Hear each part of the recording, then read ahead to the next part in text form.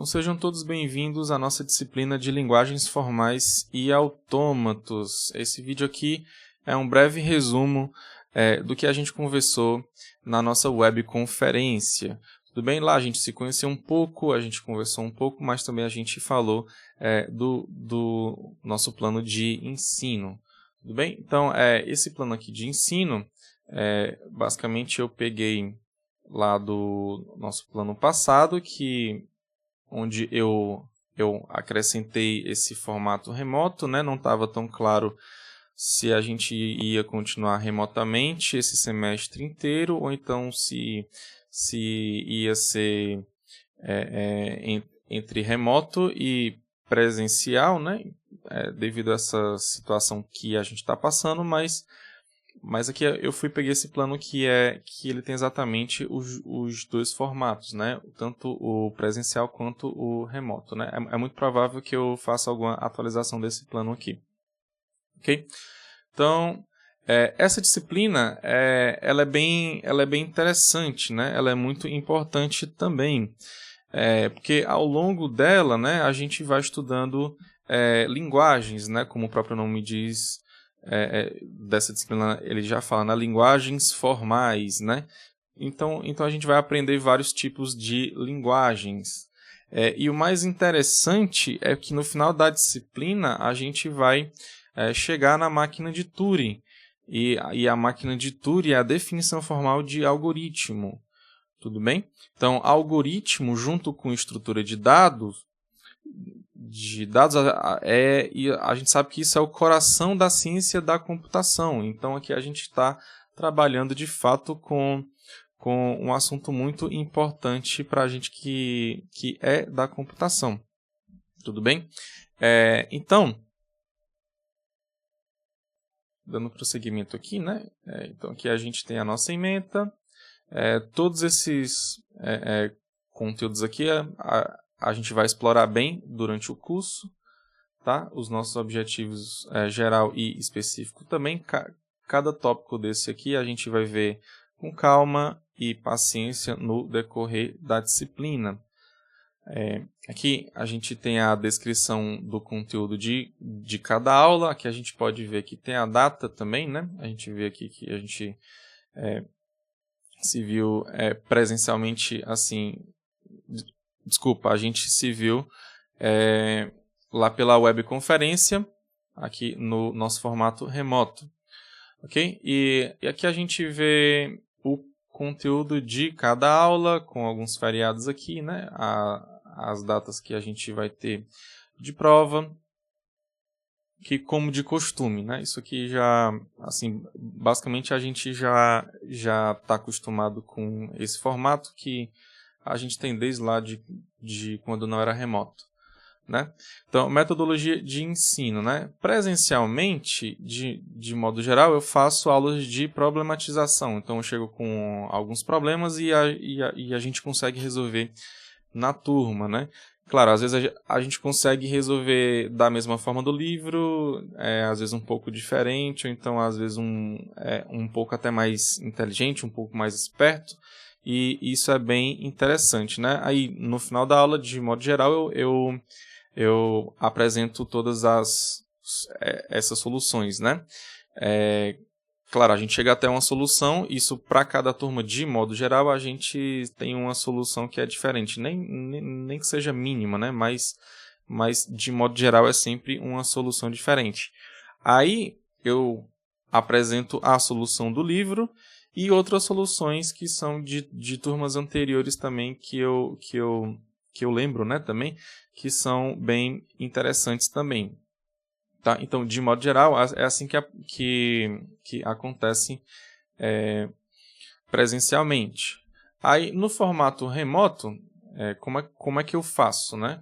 Então, a comunicação, de modo geral, é feita pelo SIGA. Então, eu vou mandar todo o material, todos os avisos pelo SIGA. E, claro, você pode mandar também alguma pergunta, qualquer coisa pelo SIGA também.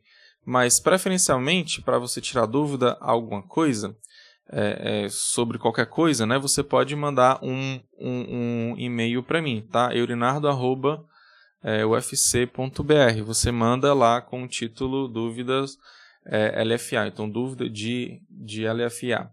Ok? Aí você manda qualquer dúvida que você tenha, eu vejo bem lá mais rapidamente do que se fosse pelo Siga, tá? Você manda pelo e-mail que fica melhor para mim. Quanto às aulas, né? Ao conteúdo de cada aula, né? Semestre passado eu fiz assim, eu gravei, né? As aulas, eu fiz videoaulas lá e mandei lá para o YouTube, né? Aí por que eu fiz isso? Porque assim quando começou lá a pandemia, com uma semana, 2 semanas, tinham várias webconferências que a gente poderia participar e eu participei de algumas e assim, tiveram vários problemas que eu vi que atrapalharam, entendeu? Para a gente entender melhor o que o palestrante estava falando, né? Questões de internet, tanto do lado palestrante quanto da gente que estava assistindo, né? Por exemplo, às vezes o áudio cortava algumas palavras ou então até frases, né? Às vezes a pessoa estava em um slide, aí congelava e ele passava já para 2, 3 slides lá na frente, aí a gente não conseguia entender direito, aí depois a gente tinha que pedir para voltar alguns slides para a gente ver melhor. Isso atrapalhava quem estava passando o conteúdo, porque também tinha que quebrar o raciocínio dessa pessoa, né? Aí de instante tinha que parar, e aí estão entenderam o que foi que aconteceu? Cortou alguma coisa? Aconteceu alguma coisa, algum problema, entendeu? Então, para tirar esses problemas, né? Aí eu vou fazer videoaulas que a gente vai... eu acredito que seja melhor, entendeu? Eu gravo aqui lá do meu computador e também tem outros motivos, né? Tipo, às vezes fica complicado no mesmo horário lá da aula, porque às vezes aqui em casa é muito zoadento, tem carro passando, buzinando, tem cachorro latindo, tem as minhas filhas que podem gritar, que podem fazer alguma coisa, entendeu? Que pode fazer algum tipo de zoada, entendeu? Aí fica um pouco complicado também. Aí, quando eu gravo as aulas, de modo geral, eu escolho um horário bom, né? Que não tenha tanto zoada, que não tenha tanto barulho, que esteja tudo calmo, também porque barulho e zoada eles me atrapalham para passar algum tipo de conteúdo. Então, eu consigo passar com mais qualidade dessa forma. Tudo bem? Com um ambiente mais calmo, né? Vamos dizer assim. Ok? Então, eu faço as videoaulas, aí eu vou e coloco lá no Siga, né? No mesmo dia e horário da disciplina. Tudo bem? E boto uma lista também para a gente fazer, que é para a gente ganhar a nossa frequência. Então, eu vou explicar melhor isso daqui a pouco. Tudo bem? Então, os alunos serão incentivados a debater para construir em conjunto soluções e exercícios propostos nas listas de exercício. Bem, eu já tenho uma ideia legal para a gente fazer isso, né? A gente pode pensar também em dar pontos, tudo bem, para quem fizer esse tipo de debate, que seria mais para a gente tentar fazer soluções que eram bem parecidas como eu fazia presencialmente. Então, a gente pode ganhar muito com isso daqui, tudo bem? Então, a gente vai... eu vou pensar melhor como é que a gente pode fazer isso aqui remotamente, mas eu já tenho uma ideia meio que formada, a gente já pode aplicar também para ver como é que funciona, né? Se fica bom para todo mundo. Ok? Aí, também eu vou fazer videoconferências, pelo menos uma vez por semana, né? Pelo Google Meet, da mesma forma que a gente fez lá no nosso primeiro dia de aula. Né? E isso aqui vai servir para quê? Para a gente tirar dúvidas lá do conteúdo das aulas, como a gente tem videoaulas, né?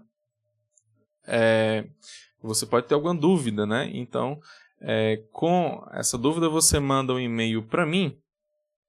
Aí, antes lá da videoconferência, eu vou colocar lá na minha caixa de e-mail, né? Dúvidas de LFA. Então, dúvidas LFA. Aí, vão cair lá os e-mails, né? Aí eu vejo lá quais são as dúvidas e quando for na videoconferência, a gente explora um pouco melhor. Claro, né? Eu posso responder o seu e-mail depois que você mandar, tá? Isso não quer dizer que você vai mandar um e-mail com alguma dúvida de aula, de alguma coisa, e eu só vou falar lá na videoconferência. De modo geral, eu sempre respondo os e-mails, ok? Mas às vezes é uma dúvida bem interessante, né? Que é muito provável que tenha algum outro aluno que tenha essa mesma dúvida. Aí a gente conversa lá nessa videoconferência que a gente vai fazer. Tudo bem? Então, além de dúvidas sobre o conteúdo, também pode ser lá das listas de exercício, né? Que basicamente a gente vai ter 3 listas referente a cada prova, ou seja, a gente vai ter 3 provas e 3 listas, né? Cada lista referente ao conteúdo de cada prova. Também ela vai servir, né, essa webconferência, para fazer a sondagem do acompanhamento de vocês. Tudo bem? Então a gente vai se reunir uma vez por semana. E aí, pessoal, como é que está sendo? Tá dando para acompanhar? Não está dando para acompanhar? O que é que está acontecendo? Entendeu?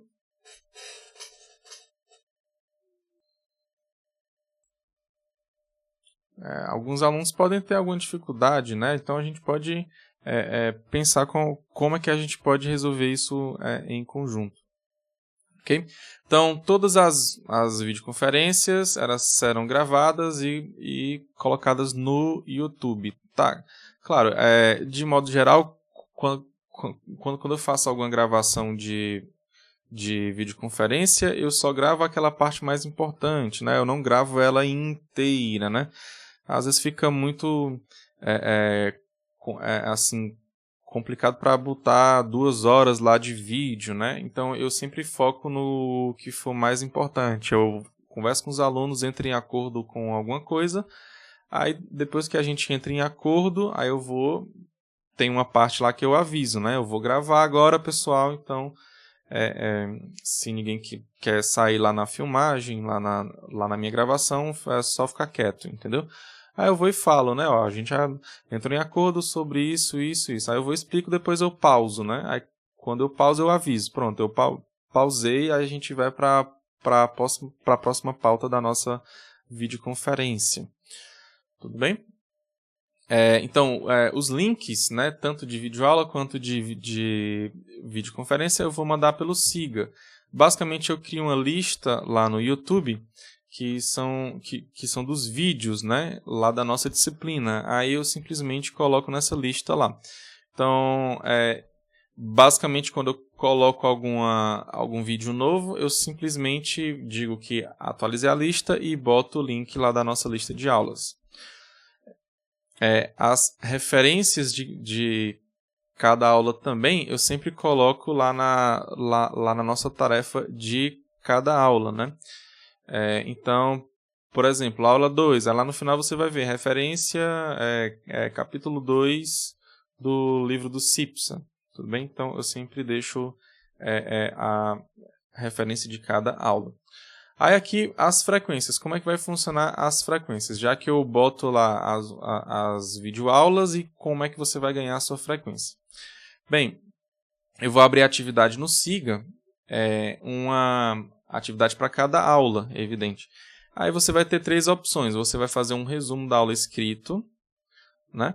Aí você vai escrever lá em 20 linhas, né? Lá no Siga, pelo menos 20 linhas, o resumo da aula. Ou então você pode fazer um mapa mental, ou então você pode resolver alguma questão de algum exercício.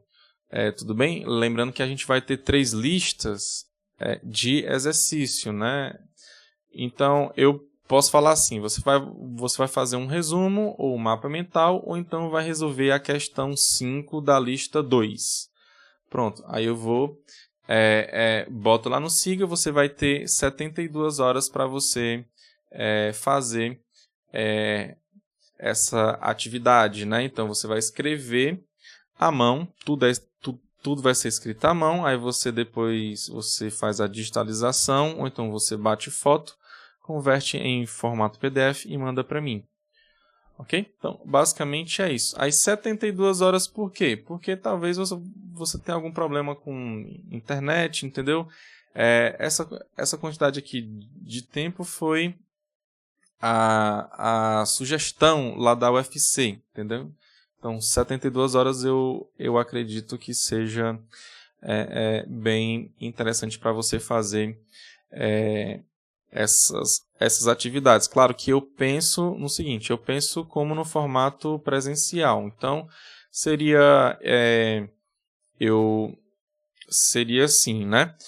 Eu dou a aula, né? E você vai fazer a sua atividade de frequência em seguida.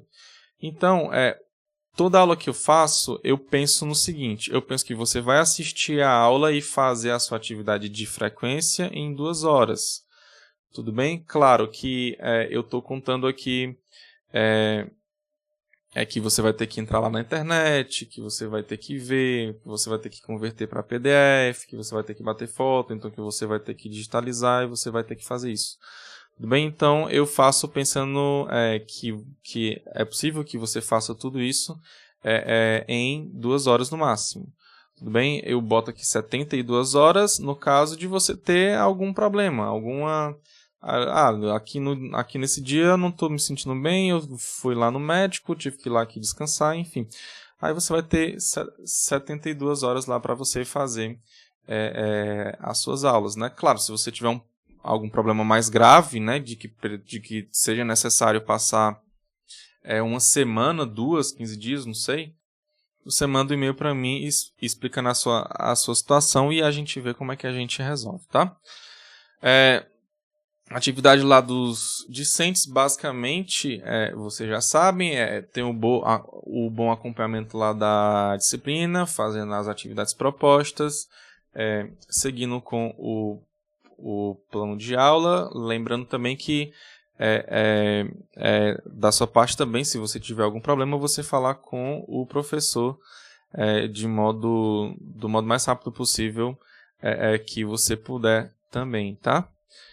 Então, sistema de avaliação. Esse sistema aqui que tem aqui é o básico que a gente já sabe, né? Abaixo de 4 reprovou, entre 4 e 7 ficou de AF e acima de 7 passou.